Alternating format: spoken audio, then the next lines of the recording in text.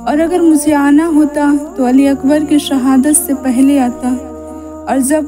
میں اس وقت نہیں آیا تو سمجھو کہ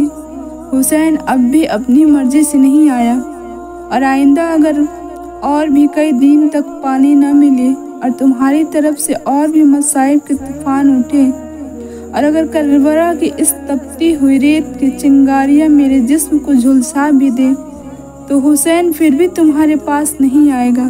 اور میں اب بھی اپنی مرضی سے نہیں آیا بلکہ میں اپنے دامن میں جس ننھے سے بچے کو لے کر آیا ہوں اس کی ماں کی درد بھری درخواست لے کر آیا ہوں۔ ان بن سعد دیکھ کر اہل بیت کے اس شیرخوار بچے کو دیکھ، کربلا کے اس معصوم مہمان کو دیکھ، اور شہربانوں کے اس لال کو دیکھ جو شدت پیاس سے دم توڑ رہا ہے، جس کی آنکھیں پتھرا گئی ہیں اور جس کی زبان منہ سے باہر آ گئی ہے۔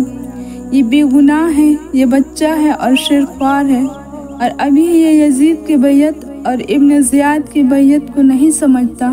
اور ابھی اسے کسی کی بغاوت کا کوئی پتہ نہیں ہے، اس لیے اس کا کوئی قصور نہیں، اور مجھے نہیں مگر میرے اس اصغر کے حلق میں زیادہ نہیں تو صرف 2 قطرے ہی پانی کے ڈال دے۔ شہربانوں کے اس شیرخوار کو پانی کی 2 بوندیں دے دو۔ نہیں نہیں، میرے اصغر کو نہیں، شہربانوں کے بچے کو نہیں، اپنے نبی کے نواسے کو پانی دے دو۔ تاریخ تیری اس رحمدلی پر فخر کرے گی، مسلمان قوم تیرے اس احسار کی قدر کرے گی، اور میرے نانا پاک کی امت قیامت تک تیری اس نیکی پر شاباش کہتی رہے گی۔ ان بن سعد یزید کی حکومت و سلطنت، ابن زیاد کی عیش و عشرت اور تیری شان و شوکت تجھے مبارک، مگر دیکھ میرا اصغر میری جھولی میں کوفہ کے اس ریگستان میں چند سانسوں کا مہمان ہے، دیکھ اس کی سانس کی کیفیت بدل چکی ہے، اور دیکھ اس کا منہ ڈھل چکا ہے، اس لیے خدا کے واسطے 2 گھٹ پانی دے دے۔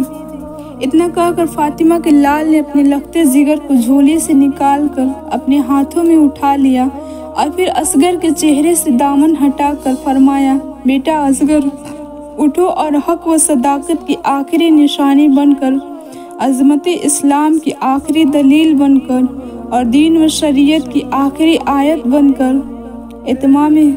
حجت کے لیے اپنی سوکھی ہوئی زبان ان بن سعد کو دکھا دو، تاکہ حشر کے میدان میں دربار خداوندی میں مجھ پر کوئی الزام نہ آ سکے۔ بچے کو اٹھا کر حضرت امام حسین خاموش ہو گئے اور انتظار کرنے لگے کہ اس 20,000 انسانوں کے لشکر میں سے کسی کو میرے اصغر پر رحم آتا ہے، اور وہ دوڑ کر پانی کے چند قطرے اس کے سوکھی ہوئی زبان پر رکھتا ہے، مگر وہ انسان کہاں تھے جو ان کو رحم آتا؟ وہ تو انسانیت کے تمام سنہری اصولوں کو چھوڑ کر وحشت و بربریت کے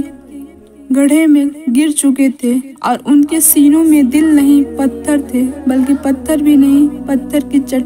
چٹانیں تھیں۔ تھوڑی دیر تک خاموشی چھائی رہی، اور پھر عمر بن سعد نے اس خاموشی کو توڑا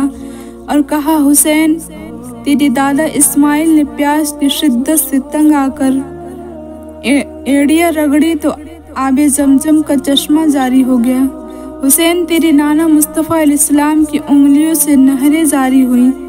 حسین، اپنے دادا سے پانی مانگ، اپنے نانا سے پانی مانگ۔ عمر بن سعد کی اس بے رحمانہ گفتگو سے سید جوش میں آ گئے اور فرمایا، عمر بن سعد، میں بھی اگر چاہوں تو آسمان سے پانی کے پر نالے بہہ سکتے ہیں، مگر ظالموں، آج خدا دیکھنا چاہتا ہے تمہارے جبر کی انتہا اور حسین کے صبر کی انتہا۔ ان بن سعد نے پھر پکارا کہ حسین کا یہ بچہ بھی زندہ نہ جائے۔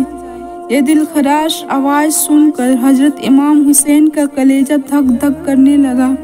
اور جلدی جلدی اپنی بیٹی کو دامن میں چھپانے کی کوشش کر ہی رہے تھے کہ ظالم حرمل کا تیر شیرخوار اصغر کے حلق سے پار ہو کر حضرت امام حسین کے بازو میں جا لگا۔ پھر اس پیکر تسلیم و رضا نے اپنی آنکھوں کے سامنے اپنی جھولی میں اپنے مظلوم بچے کو دم توڑتے دیکھا اور ایک ننھی سی جان کو اپنی گود میں تڑپتی دیکھا۔ کربلا کے ننھے شہید نے آنکھ کھولی اور اپنی سوکھی ہوئی زبان اپنے باپ کو دکھا کر ہمیشہ کے لیے خاموش ہو گیا۔ مظلوم کربلا نے اپنی بیٹی کو زمین پر لٹا کر اپنے ہاتھوں سے تیر کھینچا، خون کا فوارہ بہہ نکلا۔ میرے آقا حسین نے خون کا چلو بھر لیا، آسمان کی طرف اچھالنا چاہا تو آواز آئی، حسین خدا کے لیے اس بے گناہ کا خون اوپر نہ اچھالنا ورنہ قیامت تک آسمان سے پانی نہیں برسے گا۔ پھر زمین پر گرانا چاہا تو زمین پکار اٹھی، حسین مصطفیٰ کے واسطے اس بے قصور کا خون میرے اوپر نہ گرانا ورنہ قیامت تک زمین سے سبزی پیدا نہیں ہوگی۔ اور پھر مجسمہ صبر و شکر نے اپنے بیٹے کے خون کو یہ کہتے ہوئے اپنے چہرے پر مل لیا کہ انکار آسماں کو ہے راضی زمین نہیں، اصغر تمہارے خون کا ٹھکانہ کہیں نہیں۔ میرے آقا امام حسین علیہ السلام نے اپنی بیٹی کی ننھی سی لاش کو اپنے ہاتھوں میں اٹھایا اور اسی خون آلود دامن میں لپیٹ کر دفن کرنے کے لیے چلے گئے۔ خیموں میں ایک قیامت برپا ہو گئی۔ فاطمہ کے لال نے چھوٹی سی قبر کھودی اور اپنے لال کو دفن کر دیا۔